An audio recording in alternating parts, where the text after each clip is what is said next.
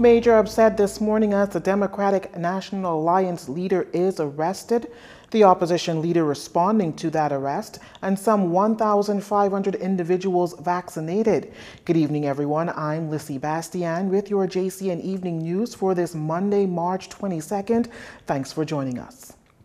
Dozens of Democratic National Alliance members, family, friends, and supporters gathered outside the Central Police Station this morning shortly after 9 a.m. as 11 members of the DNA, inclusive of party leader Arinthia Kumalafi and Chairman Omar Smith, were brought to the Central Police Station on East Street North for questioning and subsequently arrested. They were called into questioning in connection with that protest staged by the party a little over 3 weeks ago between Parliament and Rawson Square. For nearly 5 hours, family members waited with bated breath for information and the release. Well, shortly before 3 p.m., the leaders and other members emerged from the station. Mrs. Kumalafi, hugged by family and flanked by supporters, called the situation unfortunate. But our spirit is not broken. We're very strong. We're very resolute with what it is that we are doing and pushing this message of change in the nation.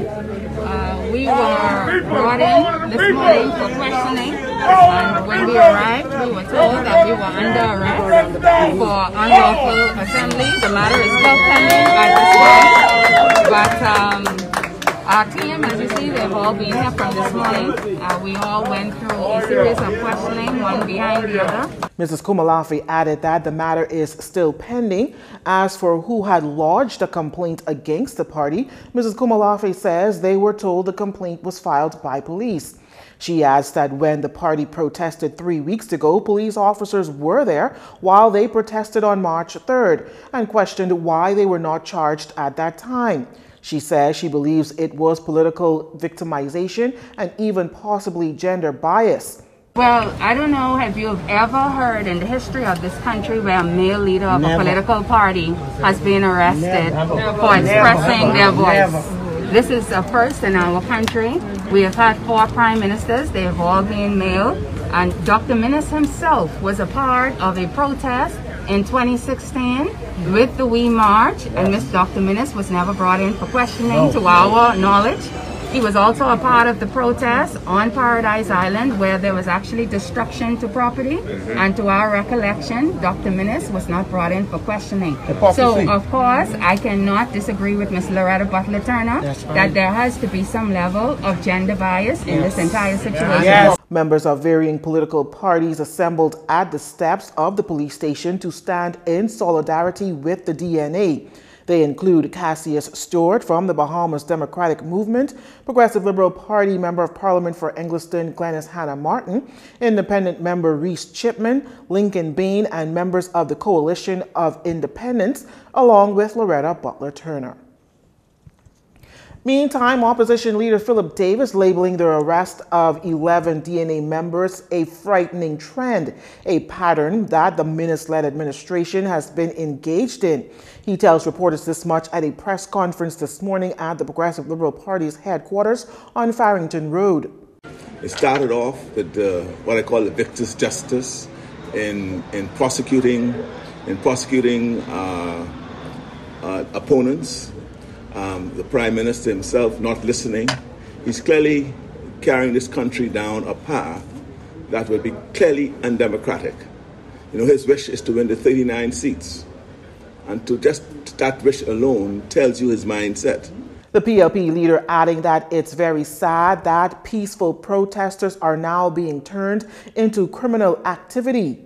I've had the occasion to speak to Mrs. Kumalafi just before coming here, to let her know that I support her in her endeavors, and I had the occasion to speak to her lawyer on the occasion who is representing her. It is really an act that is totally undemocratic. In any event, it's good trouble that she's engaged in because she is advancing what she thinks is her right. There's a constitutional right to assemble. There's a constitutional right to freedom associations, and she indicated that it has something to do with what they call an unlawful assembly. And if they assembled, and what was the purpose of that assembly to make it unlawful, again, is questionable. And this is just another attempt by this government to silence the opposition.